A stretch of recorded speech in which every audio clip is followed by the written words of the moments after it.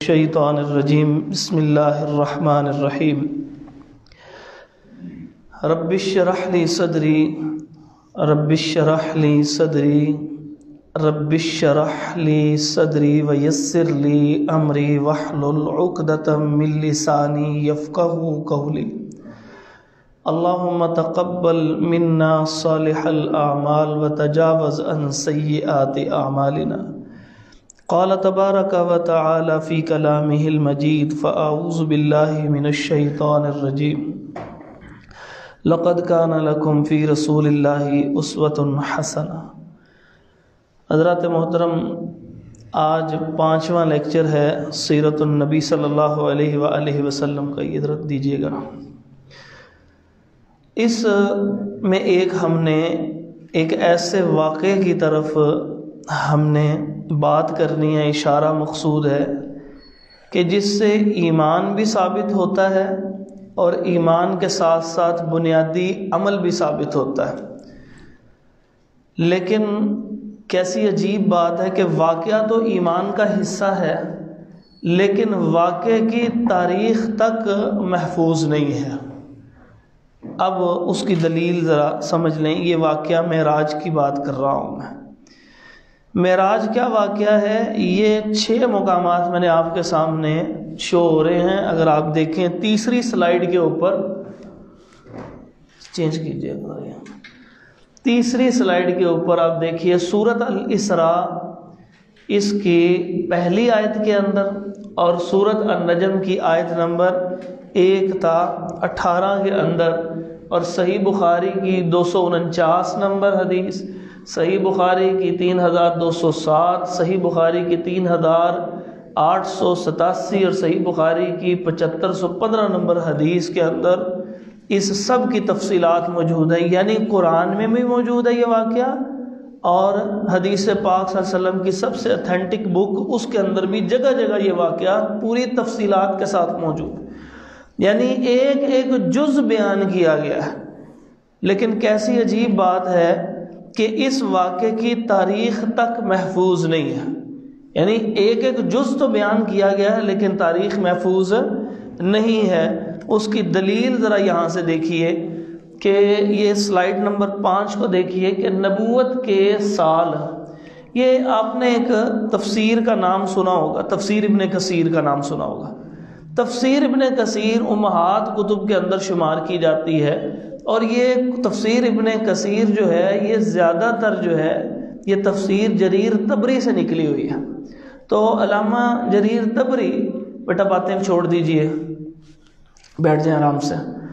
تفسیر جریر طبری بہت بڑے ایک عالم دین علامہ طبری، یہ 2 ہیں علامہ طبری، ایک ہیں جو اہل السنہ والجماعت کے اور ایک ہیں اہل التشیع کے۔ تو یہ اہل السنہ والجماعت کے سنی عالم دین گزرے علامہ طبری رحمۃ اللہ تعالی علیہ، یہ فرماتے ہیں کہ نبوت جس سال آپ صلی اللہ علیہ وسلم کو نبوت کی وحی پہنچی تھی اس سال معراج ہوا۔ اب یہ کتنے بڑے عالم دین، آپ اندازہ لگا لیے کہ ابن کثیر جیسی تفسیر بھی ان کی تفسیر سے نکلی ہوئی ہے، اور کتنے بڑے عالم دین کہہ رہے ہیں کہ نبوت کے کتنےویں سال ہے جی؟ پہلے سال، نبوت کے پہلے سال۔ اور ایک بہت بڑے عالم دین علامہ نووی رحمۃ اللہ تعالیٰ علیہ، اور ایک اور علامہ قرطبی رحمۃ اللہ تعالیٰ علیہ۔ نووی رحمۃ اللہ تعالیٰ علیہ کو آپ جانتے، شاید نام نہ آپ نے سنا ہو، لیکن ان کی ایک کتاب ہے حدیث کی، عموماً آپ کے سافٹ ویئرس کے اندر بھی ملتی ہے، ریاض الصالحین کے نام سے۔ یہ انہوں نے لکھی، انہوں نے اکٹھی کی ہوئی ہے، تو ریاض الصالحین۔ اسی طرح صحیح مسلم کا نام آپ نے سنا ہوگا۔ جب سے علامہ نووی رحمۃ اللہ تعالیٰ علیہ نے اس کی شرح لکھی ہے، یہ 8ویں صدی ہجری کے تھے، جب سے اس کی شرح لکھی ہے صحیح مسلم کی، اس کے بعد کبھی صحیح شرح لکھی گئی، ایکسپلینیشن کی گئی حدیث کی، تو سب سے پہلے یہ دیکھا جاتا ہے کہ علامہ نووی رحمۃ اللہ علیہ نے کیا لکھا، کتنے بڑے عالم دین ہیں۔ اور وہ کیا فرماتے ہیں؟ کہتے ہیں نبوت کے 5ویں سال، دیکھ رہے ہیں جی، نبوت کے 5ویں سال۔ اس کے بعد ایک بہت بڑے عالم دین ہمارے یہاں بر صغیر کے قاضی سید سلیمان سلمان منصور پوری رحمۃ اللہ تعالی علیہ، یہ کہتے ہیں نبوت کے 10ویں سال 27 رجب۔ یہ ہمارے ہاں آپ نے جو معراج کا واقعہ ہے، یہ کس تاریخ کو عام طور پہ منایا جاتا ہے یہاں پر؟ 27 رجب کو منایا جاتا ہے، نبوت کے 10ویں سال مشہور ہے، اس وجہ سے کہ بر صغیر کے ان عالم دین نے اس تحقیق کو اپنایا تھا، اس وجہ سے۔ اچھا، یہ نہیں ہے کہ اس سے پہلے دیکھیں، میں نے آپ کو ذکر کیا ابن کثیر رحمۃ اللہ تعالیٰ علیہ کے بھی بڑے عالم دین، ان سے بھی بہت بڑے عالم دین، امام طبری رحمۃ اللہ تعالیٰ علیہ، ان کے نزدیک جو ہے وہ نبوت کے سال میں ہو رہا ہے۔ اسی طرح یہاں والے جو ہیں ان کے نزدیک کیا ہے؟ 27 رجب 10 نبوی۔ پھر ایک علماء میں سے ایک عالم دین کی رائے یہ ہے کہ نبوت کے 10ویں سال رمضان المبارک میں جب خدیجہ رضی اللہ عنہا اس دنیا سے رخصت ہوئیں تو اس مہینے کے اندر جو ہے معراج کا واقعہ ہوا۔ پھر بعض کے نزدیک 16 ماہ قبل جو ہے وہ ہجرت سے یہ معراج کا واقعہ ہوا، بعض کے نزدیک 14 ماہ قبل ہے، اور یہ بعض کے نزدیک یہ 14 جو آخر میں لکھا ہے، یہ اصل میں 12 لکھنا تھا، ٹائپنگ کی مسٹیک کی وجہ سے 14 لکھا گیا، یہ 12 مہینے پہلے یعنی 1 سال پہلے۔ تو اسی طرح 3 اقوال اور بھی ہیں، زاد المعاد کے اندر یہ مختلف اقوال جو ہے علامہ ابن قیم رحمۃ اللہ علیہ نے جمع کی ہے کہ یہ علماء کے درمیان، بڑے بڑے کبار علماء اہل السنہ والجماعت کے علماء کے درمیان اس کی تاریخ میں اختلاف ہے، واقعے کے ہونے میں اختلاف نہیں ہے، کیونکہ میں نے آپ کو پچھلی دوسری سلائیڈ نمبر 3 کے اندر دکھا دیا کہ قرآن مجید کے اندر بھی یہ واقعہ ثابت ہے، 2 مقامات میں نے ذکر کر دیے، اور صرف صحیح بخاری کا اشارہ کیا، ورنہ حدیث کی اکثر کتابوں کے اندر یہ واقعہ ثبوت کے ساتھ ملتا ہے۔ تو یہ کیا وجہ ہے کہ اس واقعے کی تاریخ محفوظ نہیں ہے؟ اس واقعے کی تاریخ محفوظ نہیں ہے، اس کی سب سے بڑی وجہ بتانے سے پہلے میں آپ کو یہ بتا دیتا ہوں کہ یہ بتائیے گا آپ میں سے کوئی کہ ہم چھوٹی عید جس کو عید الفطر کہتے ہیں یہ کس دن منائی جاتی ہے جی؟ ہاں، 1 شوال کو منائی جاتی ہے، اور جو بڑی عید ہوتی ہے جس کو عید الاضحیٰ کہتے ہیں 10 ذوالحجہ۔ کیوں بھلا؟ یہ اس لیے ہمیں یاد ہے کیونکہ یہ منائی جاتی ہے۔ کبھی کسی نے اختلاف کیا اس بات میں؟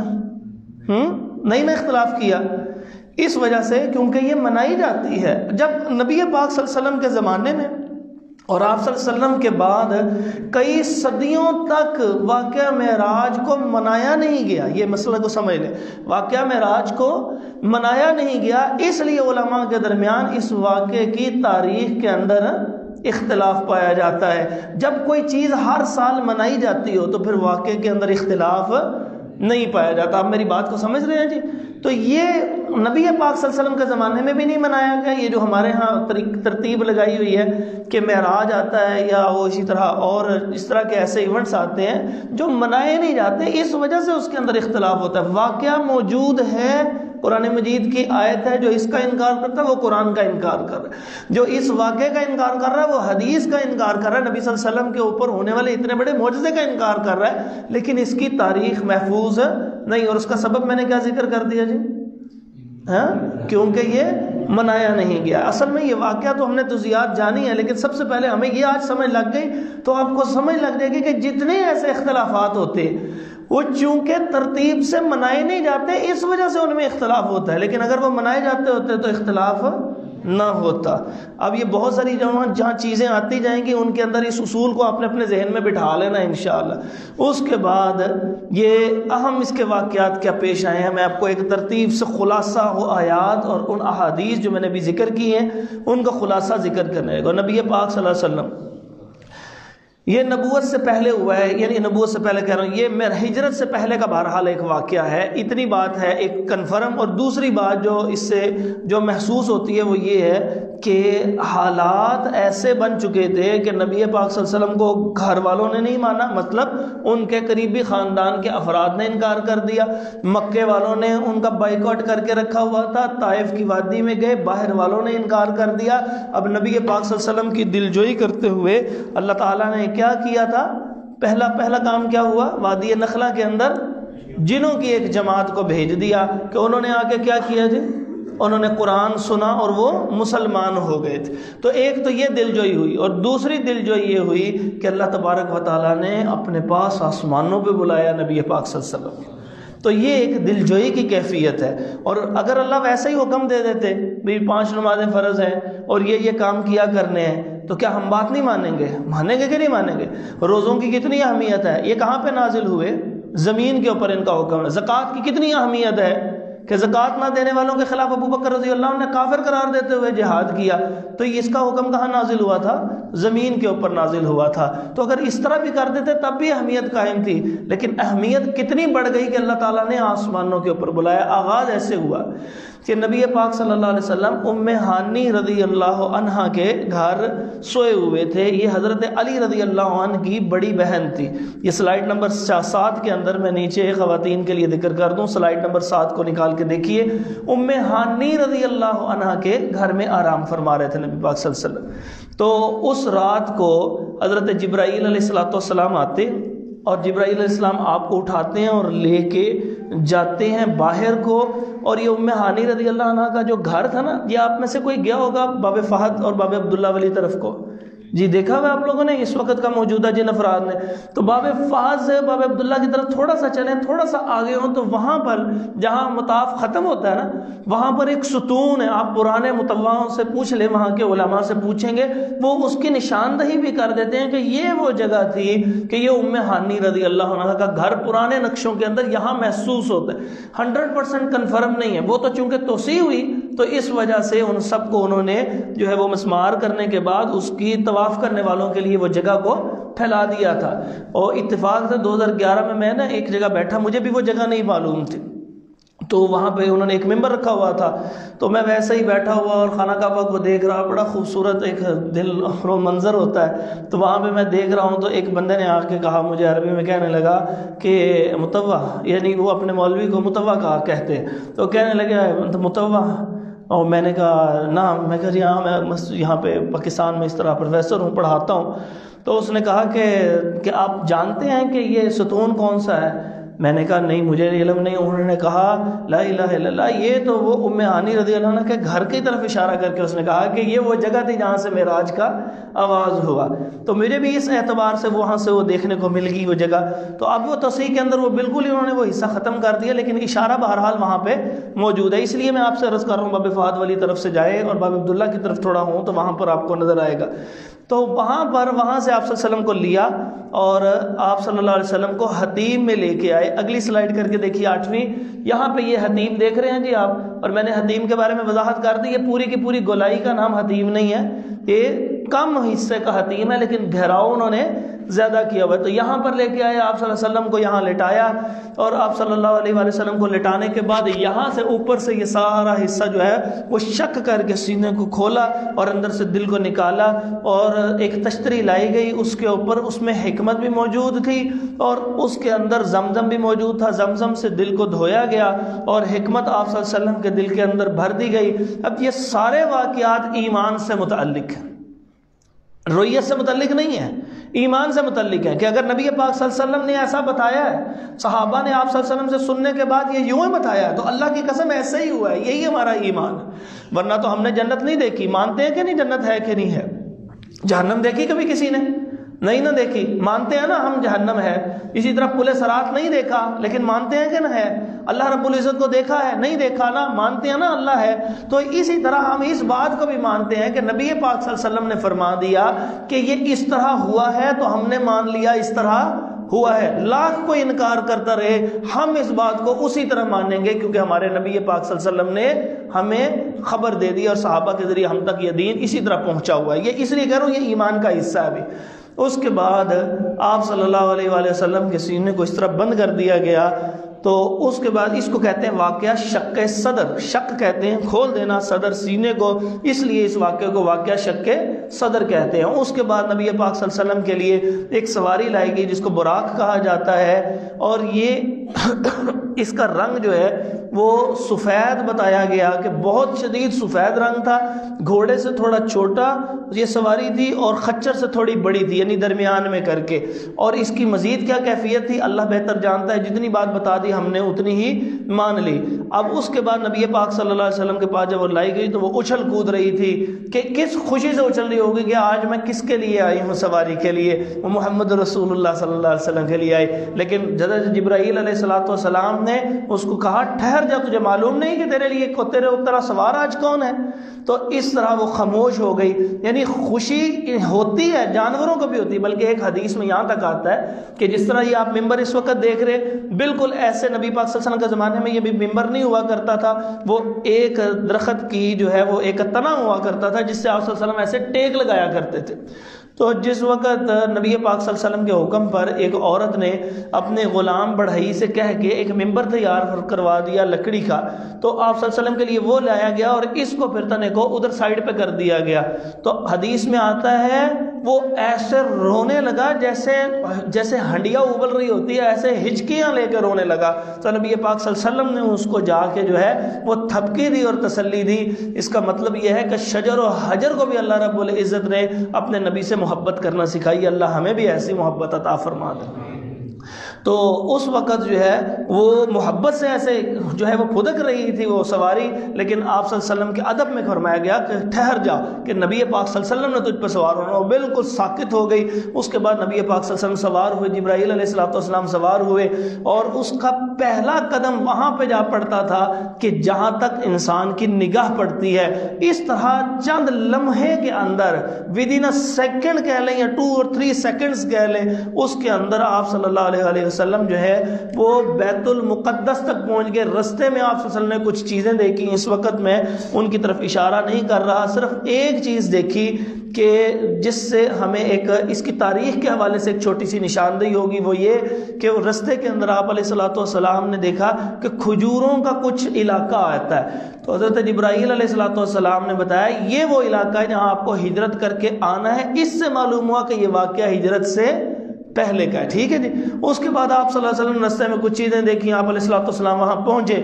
خوراک سواری کو بیت المقدس کے ساتھ باندھ دیا گیا، یعنی بیت المقدس کے ساتھ وہ کہ باہر وہ ایک کھونٹا سا تھا جہاں سے سواریاں باندھتی تھی، اور آپ صلی اللہ علیہ وسلم کو بتایا کہ اس طرح نبی پاک صلی اللہ علیہ وسلم آپ سے پہلے بھی جتنے انبیاء تھے جو اس علاقے میں رہنے والے تھے، کیونکہ اس علاقے میں سب سے زیادہ انبیاء آئے تھے، تو ان کی سواریاں بھی اسی کھونٹے سے باندھا کرتے تھے. تو یہاں پہ بھی آپ کی سواری کو بھی اسی طرح باندھ دیا گیا.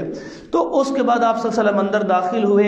اب یہاں علماء کا اختلاف ہے کہ آپ صلی اللہ علیہ وسلم نے اب نماز انبیاء کو پڑھائی یا واپسی پہ پڑھائی. تو چلے میں واقعے کو یہاں پہ اس بات کو لے لیتا ہوں کہ اب نماز پڑھائی، اگر بعد میں بھی پڑھائی تو ہمارے لیے تو تب بھی امام الانبیاء ہی.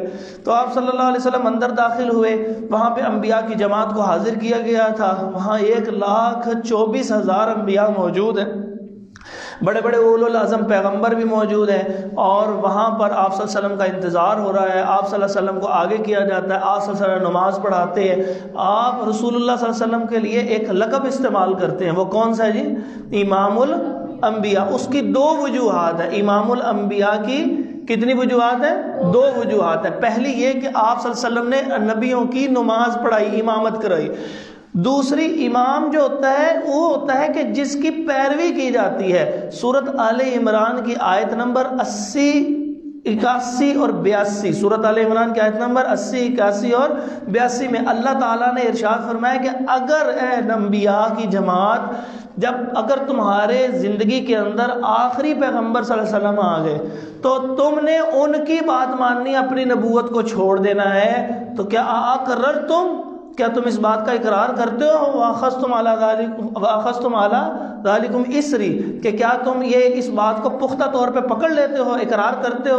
تو انبیاء نے، ہر نبی نے کہا تھا اس وعدے کے اوپر اقررنا، ہم نے اے اللہ اقرار کر لیا.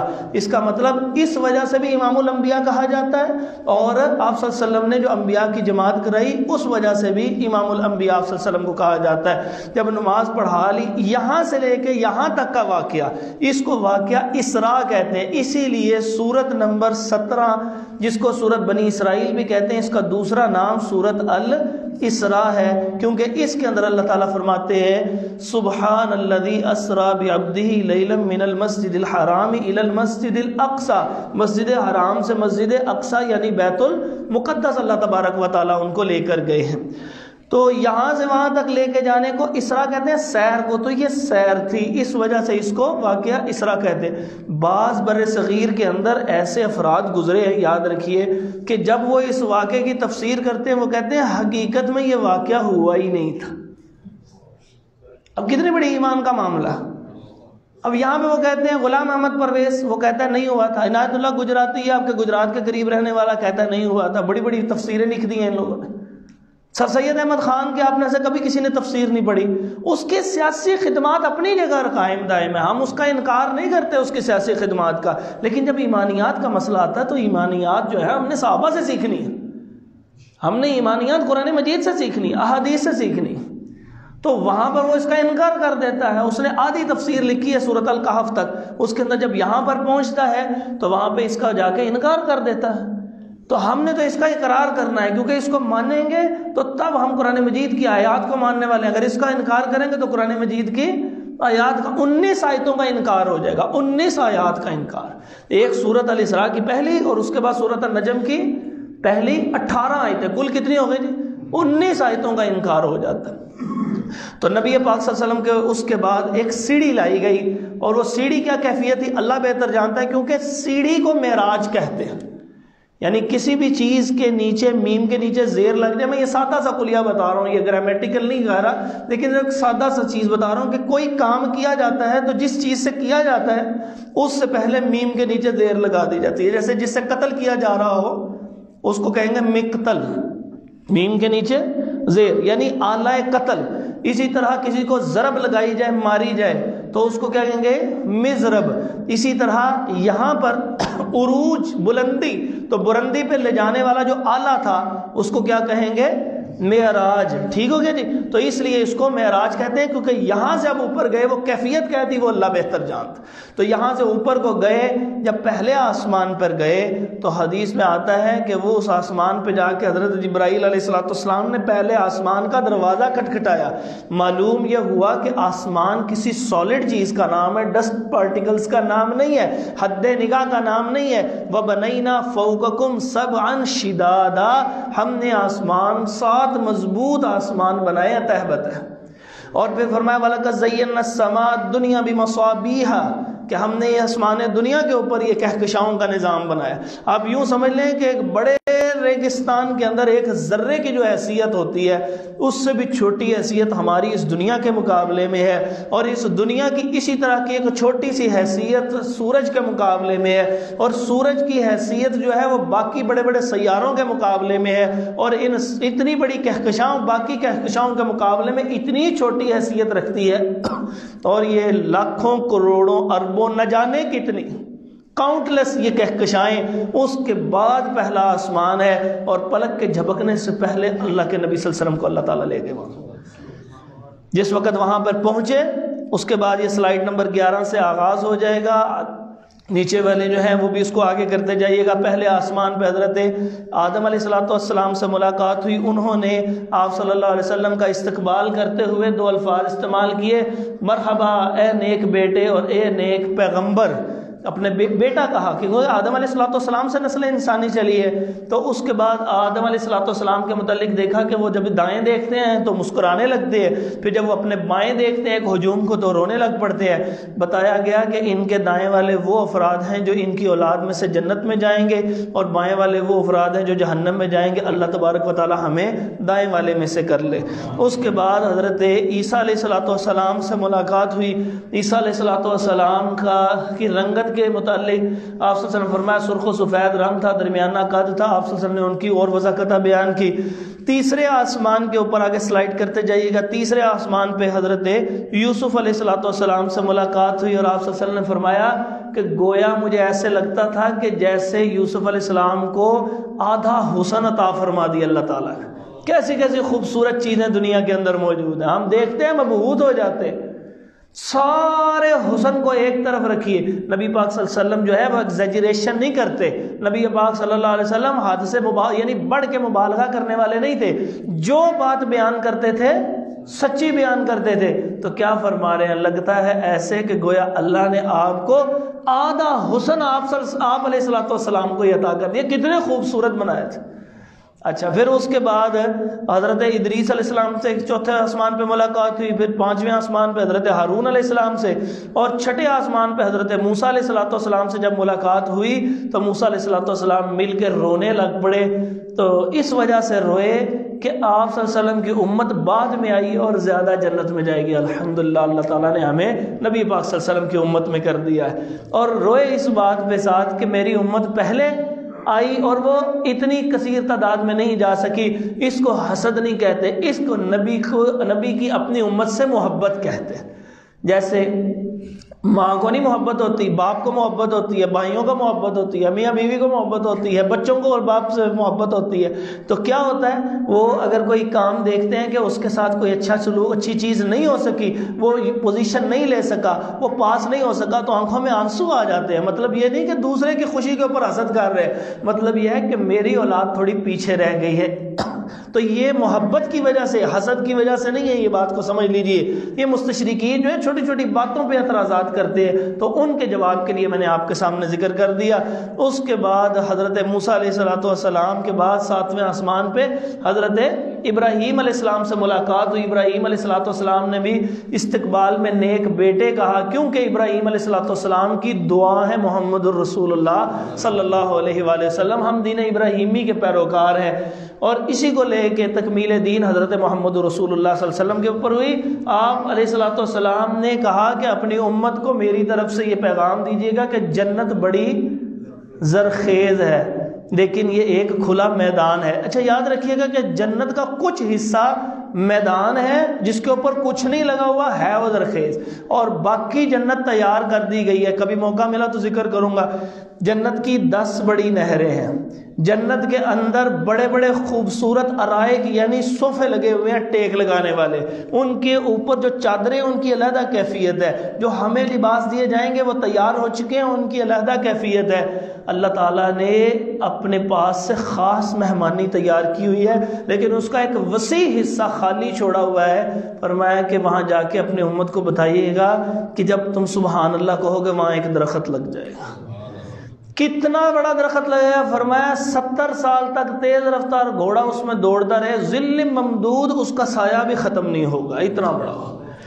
اور درخت کیسا ہوگا؟ دوسری حدیث میں آتا ہے کہ اس کا تنا وہ سونے کا ہوگا، اور جو اس کے اوپر پھل لگے ہوں گے، فرمایا حدیث میں آتا ہے جب وہ پھل ایسے کر کے توڑیں گے نا، یہ توڑیں گے اللہ نیا دوبارہ نکالتا چلا جائے گا. کیا خوبصورت وہ منظر ہوگا. ایک دفعہ کیا کہنے سے جی سبحان اللہ. یہ ابراہیم علیہ السلام کی نصیحت ہے، ابراہیم علیہ السلام کا پیغام ہے میرے اور آپ کے لیے. کثرت سے سبحان اللہ، الحمدللہ، لا الہ الا اللہ، اللہ اکبر کہتے ہوئے مستقل اپنی ورد بنا لے. خاص صرف 33 مرتبہ ہی نہیں کہنا، اس کے علیحدہ فضائل ہیں، لیکن ہر وقت اپنی زبان سے انشاءاللہ ہم نے یہ ادا کرتے رہنا ہے. یہ کتنے انبیاء تھے جی؟ 7. تو یہ میں نے لکھ دیا، ایک لفظ یاد کر لیں. یہ لکھا ہوا ہے آیا، آیا ہما. یہ سلائیڈ نمبر 18 کو دیکھ لیں. آیا ہما کیا لفظ ہے جی؟ آیا ہما. الف سے آدم علیہ السلام، عین سے عیسیٰ علیہ السلام، یہ سے یوسف علیہ السلام، الف سے ادریس علیہ السلام، ہے سے ہارون علیہ السلام، میم سے موسیٰ علیہ السلام، الف سے ابراہیم علیہ السلام. اب اس ترتیب سے یاد کریں گے، ہر جگہ کے اوپر آپ کو یاد ہو جائے گا کس آسمان پہ کس نبی سے ملاقات ہوئی تھی. تو آیا ہما، اس میں صرف اور صرف 3 الف ایسے ہیں جو مشتبہ ہوں گے. پہلا تو آدم علیہ السلام کیونکہ سب سے پہلے تھے، آخر میں ابراہیم علیہ السلام کیونکہ ان کا مقام بہت بلند ہے، اور درمیان میں ایک رہ گئے وہ حضرت ادریس علیہ السلام. باقی ہر لفظ علیحدہ علیحدہ انشاءاللہ وہ یاد ہو جائے گا. اس کے بعد آپ صلی اللہ علیہ وسلم کو 7ویں آسمان سے بلند جو ہے 7ویں آسمان پہ دکھایا گیا بیت المعمور. وہاں پر وہ فرشتوں کے لیے ایک خانہ کعبہ بنایا گیا، اور فرمایا کہ 70,000 فرشتے ایک وقت میں اس کا طواف کرتے ہیں. جب ایک دفعہ کر لے تو قیامت تک اس کی دوبارہ باری نہیں آئے گی. کتنی اللہ کی مخلوق ہے. اس کے بعد آپ صلی اللہ علیہ وسلم کو سدرۃ المنتہا تک لے کے جایا گیا. یہ سلائیڈ نمبر 20 کو دیکھیے گا. منتہا کہتے ہیں اینڈ کو، سدرہ کہتے ہیں بیری کے درخت کو. یہاں سے اعمال وہاں تک جاتے ہیں، وہاں سے اگلے فرشتے لے کے اوپر جاتے ہیں، وہاں سے اللہ کے احکامات یہاں تک آتے ہیں، یہاں سے آگے منتشر کیے جاتے ہیں. یعنی اوپر کے احکامات کی انتہا اور نیچے کے اعمال کی انتہا. تو اس لیے اس کو سدرۃ المنتہا کہا جاتا ہے. اس کے بعد آپ صلی اللہ علیہ وسلم کو جنت دکھائی گئی. جنت کے بڑے خوبصورت مناظر ہیں. آپ صلی اللہ علیہ وآلہ وسلم بیان کرنے کے باوجود فرماتے ہیں کہ یعنی بیان کون کر رہا ہے؟ اللہ تعالیٰ قرآن میں بیان کرتے ہیں نا، اور کون بیان کر رہا ہے؟ حضور صلی اللہ علیہ وسلم بیان کر رہے ہیں. بیان کرنے کے باوجود جب انسان کو چیز سنتا ہے نا تو اس کے ذہن میں اس کے کیا بننے شروع ہو جاتے ہیں؟ تصورات، امیج بنتا ہے نا ساتھ ساتھ. تو آپ جس وقت سن رہے ہوں گے، ابھی میں نے ایک ہی حدیث ذکر کی ہے، تو آپ کے ذہن میں کوئی تصور آ رہا ہوگا، فرمایا والا خطر بالبال، جو مرضی سوچتے رہو، تمہارے دل میں حقیقی تصور آ ہی نہیں سکتا، اتنی خوبصورت اللہ نے جنت بنائی ہے۔ جتنا مرضی تم سوچتے جاؤ، چاہے اللہ کے بیان کی ہو، قرآن سے ہی سنو گے، رسول اللہ صلی اللہ علیہ وسلم ہی بیان کرنے والے ہوں گے، تمہیں معلوم ہی نہیں ہو ہی نہیں سکتا۔ یعنی انسان کی کیپیسٹی اتنی نہیں ہے کہ اس کے ذہن میں تصور تک آ سکے۔ اس کے بعد آخری مسئلہ اس کو سمجھ لے، مسئلہ رؤیت باری تعالیٰ۔ کیا نبی پاک صلی اللہ علیہ وسلم نے معراج کے موقع پہ اللہ تعالیٰ کو دیکھا؟ اگر دیکھا ہے تو ہمیں اس سے کوئی سروکار نہیں، ہم مان لیتے، اور اگر نہیں دیکھا تو تب بھی ہمیں اس سے کوئی سروکار نہیں۔ ہمیں تو اتنا ہے کہ ہمیں اللہ رب العزت جنت میں داخل کر دے، ہمیں قیامت والے دن جنت کے اندر اپنے دیدار سے مشرف فرما دے، ہمیں نبی پاک صلی اللہ علیہ وسلم کا قیامت والے دن ساتھ نصیب فرما دے۔ اس لیے ہم نے صرف وہ چیز دیکھنی ہے کہ کیا ثابت کیا ہے، بس اگر کوئی بھی ثابت ہو جائے ہمارے لیے اللہ سے والعین، ہماری سر آنکھوں پہ جو بھی ثابت ہو جائے۔ تو یہاں پر 2-3 آیات میں آپ کے سامنے ذکر کر دیتا ہوں۔ سورۃ الاعراف کی آیت نمبر 143 میں اللہ تعالیٰ فرماتے ہیں کہ موسیٰ علیہ السلام نے بھی کہا تھا، اے اللہ میں آپ کو دیکھنا چاہتا ہوں۔ اللہ تعالیٰ نے فرمایا ہے موسیٰ علیہ السلام، یہ سلائیڈ نمبر 23 ہے، موسیٰ علیہ السلام اگر یہ پہاڑ اپنی جگہ ٹکا رہا تو فسوف ترانی، شاید آپ بھی عنقریب مجھے دیکھ لیں گے۔ فلما تجلی ربہ للجبل جعلہ دکا وخر موسیٰ صعقا، کہ جس وقت اللہ تعالیٰ کی طرف سے ایک تجلی اس کے اوپر پڑتی ہے تو موسیٰ علیہ السلام چیخ مار کے بے ہوش ہو جاتے ہیں کہ اللہ رب العزت کو دیدار جو ہے وہ قیامت والے دن کیا جائے گا۔ یہ اس آیت سے معلوم ہو رہا ہے، دنیا کی ان جاگتی ہوئی آنکھوں سے نہیں۔ خواب کے اندر کچھ بھی دیکھ لینا وہ ایک الگ بات ہے، نبی پاک صلی اللہ علیہ وسلم نے بھی خواب میں اللہ رب العزت کا دیدار کیا، لیکن اس واقعے کے اندر جاگتی آنکھوں سے کبھی آپ صلی اللہ علیہ وسلم نے دیدار نہیں کیا۔ اگلی آیت دیکھیے، قرآن مجید کی آیت ہے، لا تدرکہ الابصار وہو یدرک الابصار، سورۃ الانعام، انعام نہیں ہے، انعام کہتے ہیں جانوروں کو اور انعام کہتے ہیں نعمتوں کو۔ اس صورت میں چونکہ جانوروں کی حلت و حرمت کا حکم ہے، اس وجہ سے اس صورت کا نام انعام ہے۔ تو اس کی آیت نمبر کون سی ہے جی؟ 103۔ اس کے اندر اللہ تعالیٰ فرماتے ہیں کوئی آنکھ اس کو نہیں دیکھ سکتی، اللہ سب کو دیکھ رہا ہے۔ اس کے بعد صحیح بخاری کی حدیث نمبر 4855 کے اندر عائشہ رضی اللہ عنہ فرماتی ہیں کہ اگر کسی شخص نے یہ کہا کہ حضرت محمد رسول اللہ صلی اللہ علیہ وسلم نے اللہ تعالیٰ کو دیکھا ہے تو جان لیں اس نے جھوٹ کہا۔ حضرت عبداللہ بن عباس رضی اللہ عنہ فرماتے ہیں نبی پاک صلی اللہ علیہ وسلم نے اپنی دل کی آنکھ سے اللہ تعالیٰ کو دیکھا ہے، یعنی ان آنکھوں کا انہوں نے بھی اقرار نہیں کیا۔ کیا چیز بتاتے ہیں کہ اپنی دل کی آنکھ سے۔ تو یہاں پر اس کے بعد آخری آیت آپ کے سامنے سورہ شورى کی آیت نمبر 51 میں یہ پیش کر دو کہ اس میں وحی کے طریقے ذکر کیے گئے۔ اس میں یہ لفظ ہے او من ورائی حجاب، کیا لفظ ہے جی؟ او من ورائی حجاب۔ تو حجاب میں ہوتے ہوئے اللہ تبارک و تعالیٰ نے آپ سے باتیں کی ہیں۔ یہ قرآن مجید کی آپ کے سامنے 3 آیتیں اور ایک حدیث 4855 صحیح بخاری کی پیش کر دی میں نے، کہ جس سے واضح ہوا کہ نبی پاک صلی اللہ علیہ وسلم نے اللہ تعالیٰ کو اس موقع پہ نہیں، اگر دیکھ لیا ہوتا تو ہمیں اس سے کیا، اللہ تعالیٰ نے اتنی نعمتیں کی ہیں، اگر یہ کر دیتے تو ہمیں تب بھی کوئی مسئلہ نہیں، اور اگر نہیں ہوا ہمیں تب بھی کوئی مسئلہ نہیں ہے۔ ہم تو ان کے ماننے والے، ہم تو اپنے آپ کو ان کے جوتے کی خاک برابر بھی نہیں سمجھتے۔ اس کے بعد وہاں پر کتنی نمازوں کا تحفہ ملا تھا؟ 50 نمازوں کا تحفہ۔ کم ہوتے ہوتے موسیٰ علیہ السلام کی مشاورت سے کتنا ہو گیا؟ اللہ تعالیٰ نے فرمایا یہ 5 ہیں اور 50 ہیں۔ یہ جملہ یاد کر لیں، میرے ساتھ دہرائیں، یہ 5 ہیں اور 50 ہے۔ پھر دوبارہ دہرا دیجیے، 5 ہیں اور 50 ہے۔ تو جو 4 پڑھتا ہے وہ 4 ہیں اور 4 ہی ہیں، جو 4 پڑھتا ہے وہ 4 ہیں اور 4 ہی ہیں، کیونکہ اللہ تعالیٰ نے کیا فرمایا؟ کبھی یہاں پہ کہا ہے کہ جو 1 پڑھے گا اس کو 10 ملیں گی؟ جی بتائیے کہ 1 کتنے کے اوپر 50 کا ہے؟ 5۔ تو ہم 4 پڑھ لیتے ہیں اور 1 جو چھوٹ جاتی ہے وہ تو ہے ہی ہے کبیرہ گناہ، لیکن اس 1 کے چھوڑنے کا نقصان کہ ہم 46 نمازوں کا ثواب ضائع کر رہے ہیں۔ تو جب 5 پوری ہو جائیں گی انشاءاللہ تو پھر کتنی ملیں گی؟ تو یہاں پہ ایک جھوٹی سیل لگی ہو نا 30 40 50% کے اوپر، تو وہ جو 2-3 سال پرانا مال بھی ہم جا کے آرام سے خرید لیتے ہیں کہ ابھی سیل لگی ہے، وہ سیل کے لیے مال الگ بناتے ہیں۔ آپ سب تجارت کرنے والے، آپ کو معلوم ہے، تو اللہ تعالیٰ کی طرف سے کیسی سیلیں گے؟ 5 پڑھ لو، ثواب پوری 50 کا مل جائے گا۔ دوسرا سورۃ البقرہ کی آیات آخری 2 آیتیں، فرمایا جو شخص رات کو پڑھ کے سوتا ہے کفاتا، یہ اس کے لیے کافی ہیں۔ کس چیز کے لیے کافی ہیں؟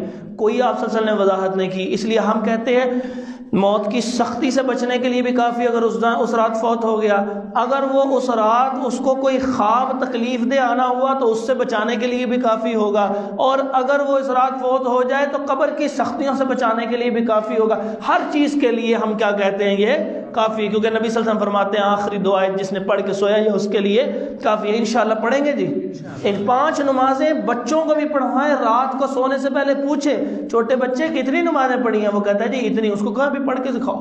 وہ ایک دن میں 5 نمازیں جب رات کو کٹھی پڑھے گا انشاءاللہ اس کو تھکاوٹ کا جب احساس ہوگا اگلے دن سے ٹائم پہ پڑھنا شروع کر دے گا، کچھ دنوں بعد خود بخود ہی انشاءاللہ یہ نمازیں ٹائم پہ ادا کرے گا۔ تیسری فرمایا ہے کہ ہر چیز کی معافی ملے گی لیکن شرک کی معافی نہیں ہے۔ یہ اہمیت نماز کے بارے میں آپ کے سامنے ذکر کر دیا۔ کفار نے یہ کہا کہ اتنا کام جو کر لیا ہے تو یہ بتائیے کہ آپ نے یہ جو بتایا ہے کہ ایک ہی رات کے کچھ حصے میں آپ واپس آ گئے ہیں، یہ کیسے ممکن ہے؟ کیوں جی آپ بتائیں کیسے ممکن ہے؟ ہاں اللہ تعالیٰ کی شان ہے کہ نہیں ہے؟ ہے نا شان اللہ تعالیٰ کی۔ تو حضرت ابو بکر صدیق رضی اللہ عنہ سے جب پوچھا گیا تو انہوں نے کہا کیوں نہیں، اگر اس سے بھی بڑی بات کرتے ہم اس کو بھی مان لیتے۔ کیا وجہ ہے؟ کیونکہ حضرت جبرائیل علیہ السلام اگر پلک جھپکنے میں 7 آسمانوں سے بلند نیچے آ سکتے ہیں تو کیا نبی پاک صلی اللہ علیہ وسلم جن کی شان سب سے بلند ہے وہ نہیں جا سکتا؟ اللہ تعالیٰ ان کو نہیں لے کے جا سکتا؟ تو حرج والی کون سی بات ہے؟ پلک کے جھپکنے سے پہلے اللہ تعالیٰ کیا کر سکتے ہیں؟ جبرائیل علیہ السلام کو ایک مخلوق کو بھیج دیتے ہیں۔ تو اللہ رب العزت اپنی دوسری مخلوق محمد رسول اللہ صلی اللہ علیہ وسلم کہ جن کا مقام سب سے بلند ہے، کیا ان کو نہیں بلا سکتے؟ تو یہ پورا واقعہ ہم نے چند لمحات میں ساری باتیں آپ کے سامنے ذکر کر دی ہے۔ تو رات تو بھی بڑی طویل ہوتی ہے، اس کے اندر صرف ایک بات جو تھی وہ جو ہمارے لیے عقلی طور پہ تھی کہ اتنا سارا ہوا کیسے؟ تو ہوا صرف اس طرح کہ جانے آنے کا وقت سارا ختم ہو گیا اور درمیان میں واقعات جو ہیں وہ آدھے پونے گھنٹے کے ٹکڑے کے واقعات ہوں گے۔ اللہ رب العزت کی شان ہے، وہ سارے کا سارا سفر جو ہے وہ اسی طرح ختم کر دیا۔ کوئی ضرورت نہیں جی ٹائم رکا تھا، کوئی ضرورت نہیں کہنے کی، اللہ اپنی قدرت سے سب کچھ کر چکا ہے۔ اقول قولی ھذا استغفر اللہ لی ولکم ولجمیع المسلمین۔